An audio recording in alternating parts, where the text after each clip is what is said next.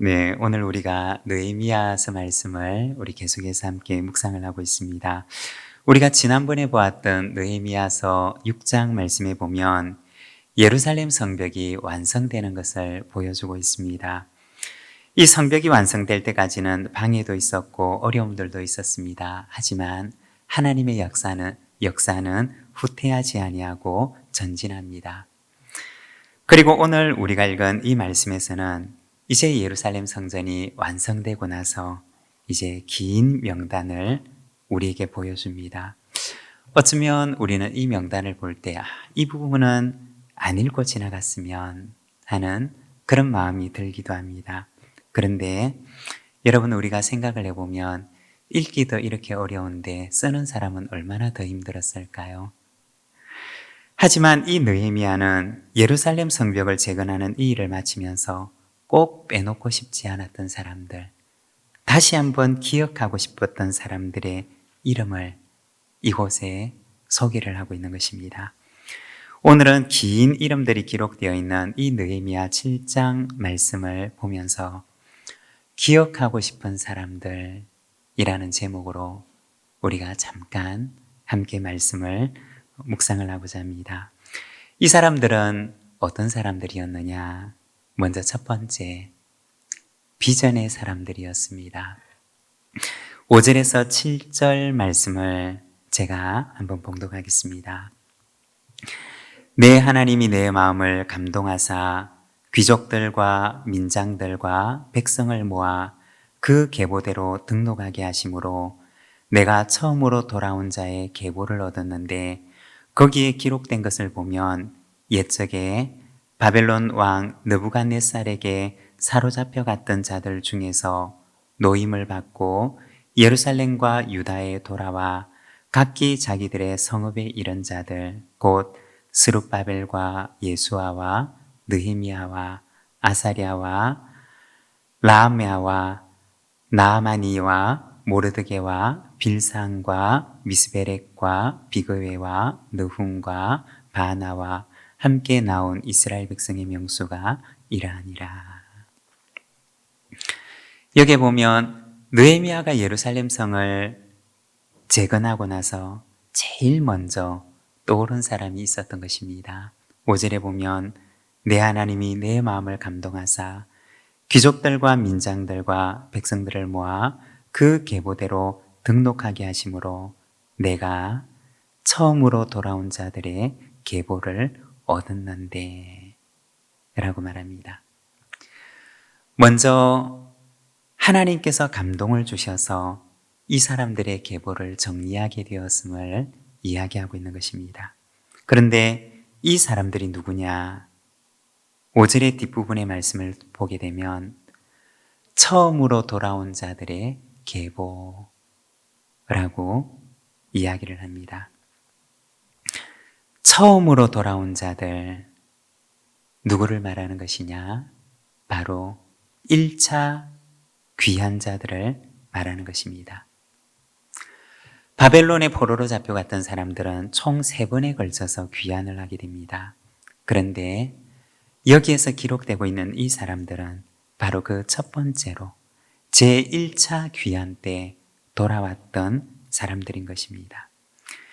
이 사람들의 이름과 그 수를 바로 느헤미야서 7장, 오늘 우리가 읽고 있는 이 말씀에 기록하고 있는 것입니다. 이 사람들은 어떤 사람들이었느냐? 한마디로 얘기를 하면 그들은 비전의 사람들이었습니다. 그러면 이 사람들이 대단한 사람들이었느냐? 우리가 에스라 느헤미야서 말씀을 읽어보게 되면 사실 이 사람들이 대단한 사람들은 아니었습니다. 처음 성전 건축을 시작하는데 방해하는 사람들이 생겨나니까 그 방해에 막혀서 오랫동안 성전 건축을 포기하고 중단하기도 했습니다. 그리고 하나님께서 보내셨던 학개와 스가랴 선지자가 이들을 책망하기도 했습니다. 당신들은 좋은 집에 거주하면서 하나님의 성전은 이렇게 방치하십니까? 라고 하며 책망을 받기도 했던 사람들이 바로 이 사람들이었습니다. 대단한 사람들도 아니었고 의지도 약했고 실수도 많았고 또 허물도 많은 사람들이었습니다. 그런데 예루살렘 성을 완공하고 나서 느헤미야가 돌아보니 제일 먼저 떠올랐던 사람이 바로 이 사람들이었던 것입니다. 1차 귀환민들이었던 것입니다. 비록 실수도 많고 흠도 많은 사람들이었지만 그럼에도 불구하고 이 사람들은 어떤 사람들이었느냐? 그들의 가슴 속에는 비전을 품고 고국으로 돌아왔던 사람들이었던 것입니다. 하나님께서 주신 비전을 품고 대단한 것은 아무것도 없고 실수도 흠도 많았지만 그러나 이들은 하나님의 비전이라고 하는 그것을 그들의 가슴 속에 품고 먼 고국 땅으로 돌아왔던 사람들이라는 것입니다. 우리가 가끔 비전이라고 하는 말을 사용을 합니다. 영어로 이 비전이라고 하는 말은 보다라는 뜻에서 온 말입니다. 바벨론에서 돌아왔던 이 1차 귀환민들은 어떤 사람들이었느냐? 바로 하나님께서 주셨던, 하나님께서 보여주셨던 그 비전을 그들의 가슴 속에 자신의 것으로 알고 품었던 사람들인 것입니다. 비록 눈을 떠서 현실을 보면 그렇지 않았지만 그러나 이들의 가슴 속에는 하나님께서 보여주셨던 비전이 있었던 것입니다. 바로 유다의 회복과 예루살렘의 회복이라고 하는 그 비전을 하나님께서 보여주셨던 그 비전을 자신의 비전으로 알고 자신의 가슴 속에 품었던 사람들이었던 것입니다. 그런데 시간이 흘러 이제 그들이 가슴 속에 품었던 그 비전이 현실이 되어 나타난 것입니다. 그들의 그 비전이 이제는 비전만이 아니라 현실이 되어서 바로 그들의 눈앞에 나타나게 되었던 것입니다. 오늘 눈앞에 현실이 되어 서 있는 이 예루살렘 성의 시작은 바로 1차 귀환민들의 그 가슴 속에 있었던 비전에서 시작된 것이었습니다. 비전이라고 하는 그 작은 씨앗을 심었더니 그리고 그것을 열심히 가꾸었더니 어느 날 그것이 예루살렘 성의 회복이라고 하는 커다란 나무가 되어 이렇게 자라난 것입니다. 사업을 경영하시는 분들도 마음속에 비전을 품고 시작을 합니다.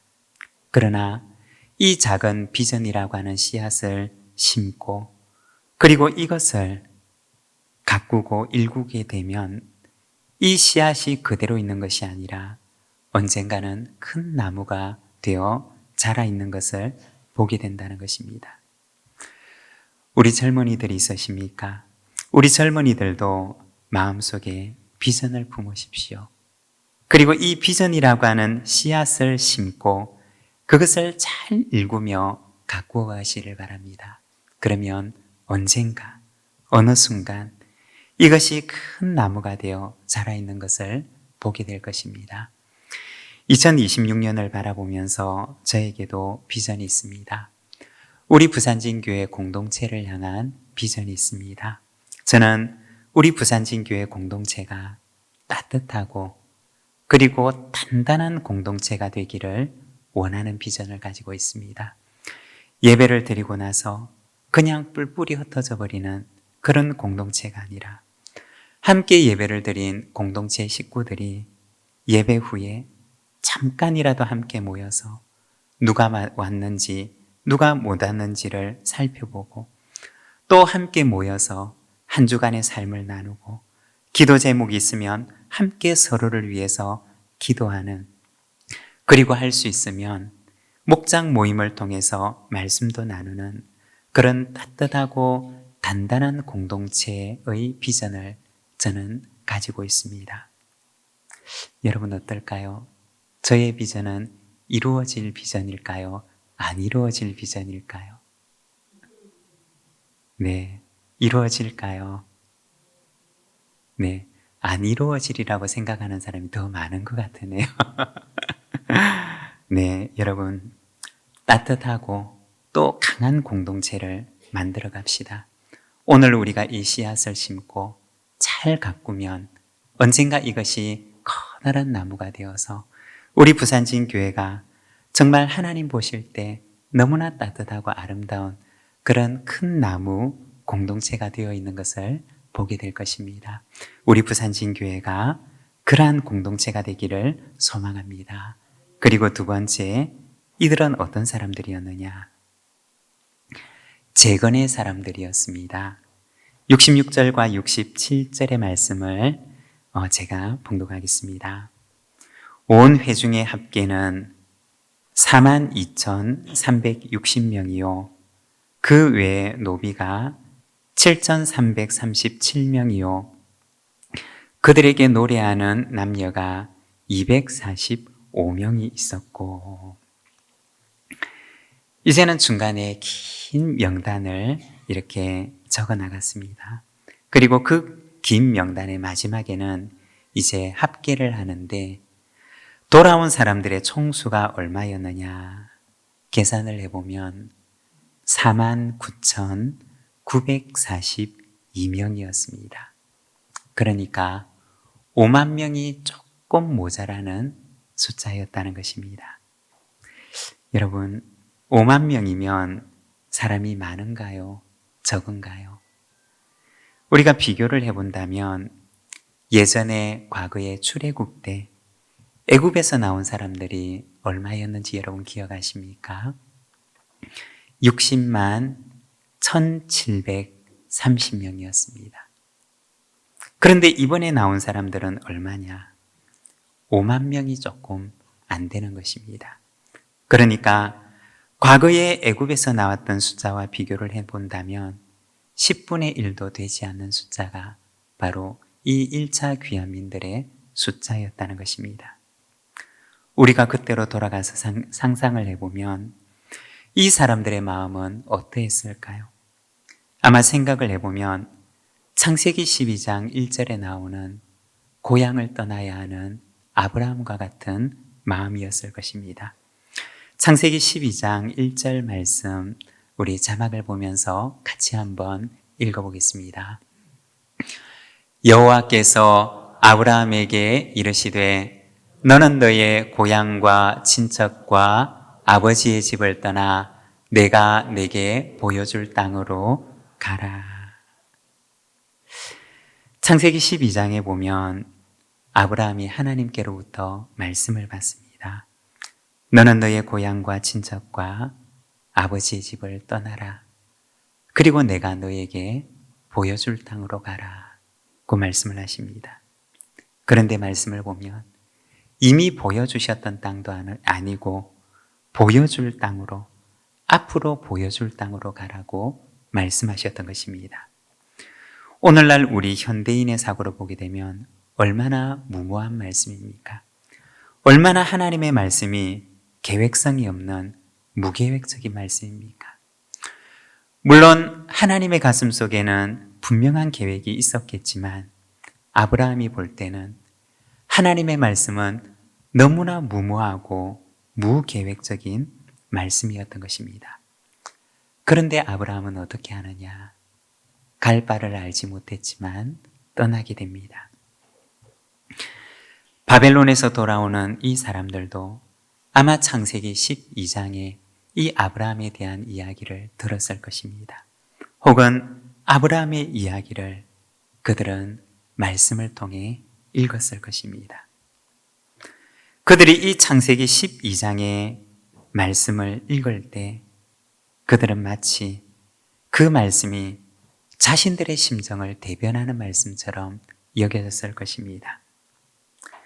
하지만 그들은 아브라함처럼 그들에게 너무나 익숙해져 버렸던 삶의 자리인 바벨론을 떠나서 아브라함과 같이 그들은 고국을 향해 떠나게 됩니다.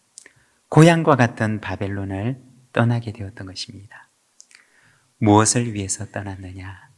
바로 무너져버린 공동체를 재건하기 위해서 그들은 그 길을 떠나기로 마음을 묻게 됩니다. 7절의 말씀을 보게 되면 이렇게 말씀을 합니다. 스룹바벨과 예수아와 느헤미야와 아사랴와 라함야와 나아마니와 모르드게와 빌산과 미스베렉과 비그웨와 느훔과 바하나와 함께 나온 이스라엘 백성의 명수가 이러하니라.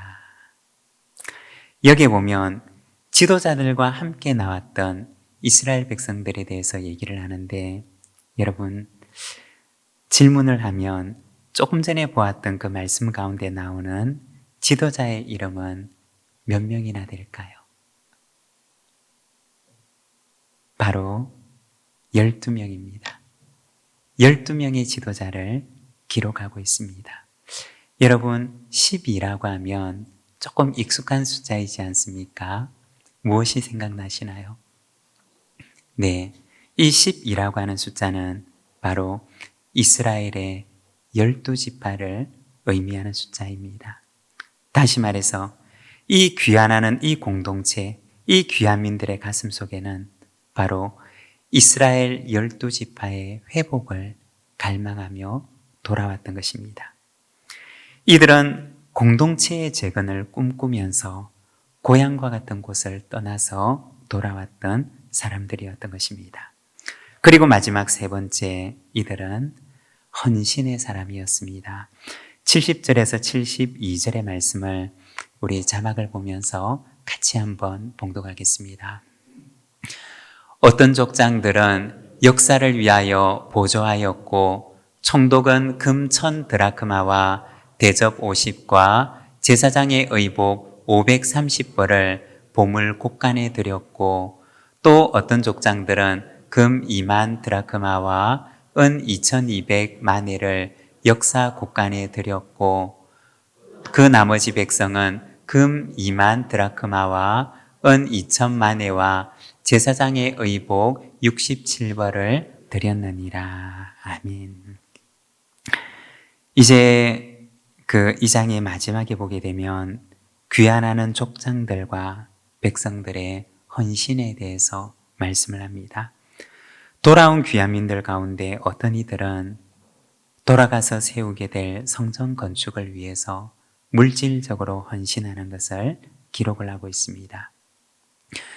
우리가 과거의 기록을 보게 되면 출애굽 때에도 이스라엘 백성들이 성막을 지을 때 기쁜 마음으로 그들에게 있는 것을 이렇게 헌신하는 것을 보게 됩니다. 어떤 사람은 물질로 헌신했고, 또 어떤 사람은 자기에게 있는 재능을 가지고 헌신했습니다. 그리고 이렇게 성막은 하나님께 드렸던 이들의 헌신으로 지어지게 되었습니다. 공동체는 어떠할까요? 공동체의 재건도 그 누군가 공동체를 위해서 헌신하는 이들의 헌신 위에서 세워지게 된다는 것입니다.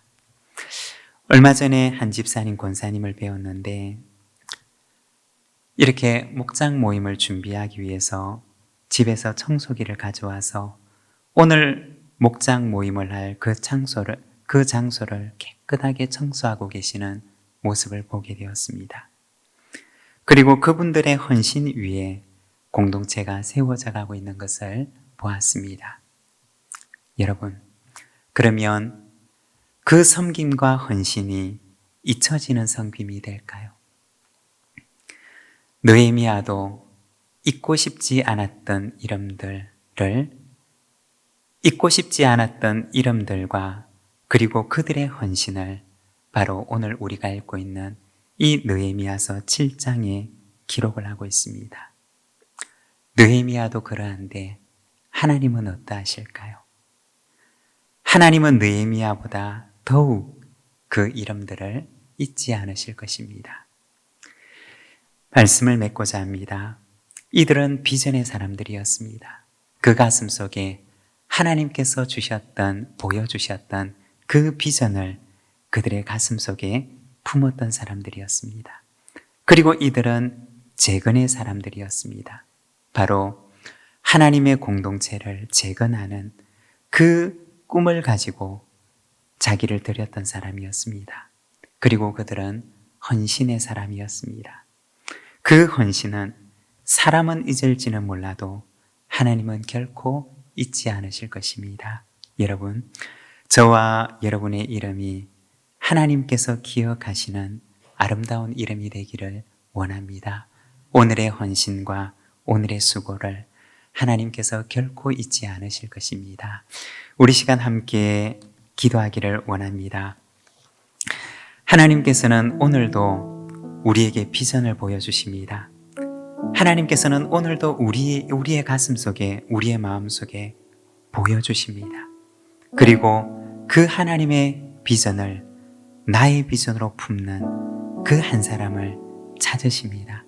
그리고 하나님께서는 우리 가운데 공동체를 재건하기를 원하십니다. 공동체를 재건하기 위해 헌신하는 그 한 사람을 찾으십니다. 그리고 그 헌신은 결코 잊혀지지 아니하는 헌신입니다. 사람은 잊을지라도 하나님께서는 그의 가슴 속에, 하나님의 가슴 속에 결코 그 이름 석자를 지우지 않으시고 하나님의 가슴 속에 기억하실 것입니다. 우리 시간 함께 기도할 때 하나님, 우리의 가슴 속에 비전을 주옵소서. 그리고 하나님 주신 비전을 씨앗처럼 심어서 이것이 큰 나무가 될 때까지 잘 가꾸고 헌신하며 이 나무를 키워가는 사람이 되게 하옵소서. 그리고 공동체를 세우며 공동체를 위해서 나 자신을 하나님께 드리는 헌신의 사람이 되게 하여 주옵소서. 그리고 우리의 공동체 위에, 우리 공동체 가족 위에 하나님 주시는 하늘로부터 내리시는 풍성한 은혜가 가득한 공동체가 되게 하여 주시옵소서. 우리 시간 우리 가운데 큰 일을 행하시고 우리 가운데 큰 은혜를 주시는 우리 하나님을 기대하는 마음으로 함께 기도하며 나가겠습니다.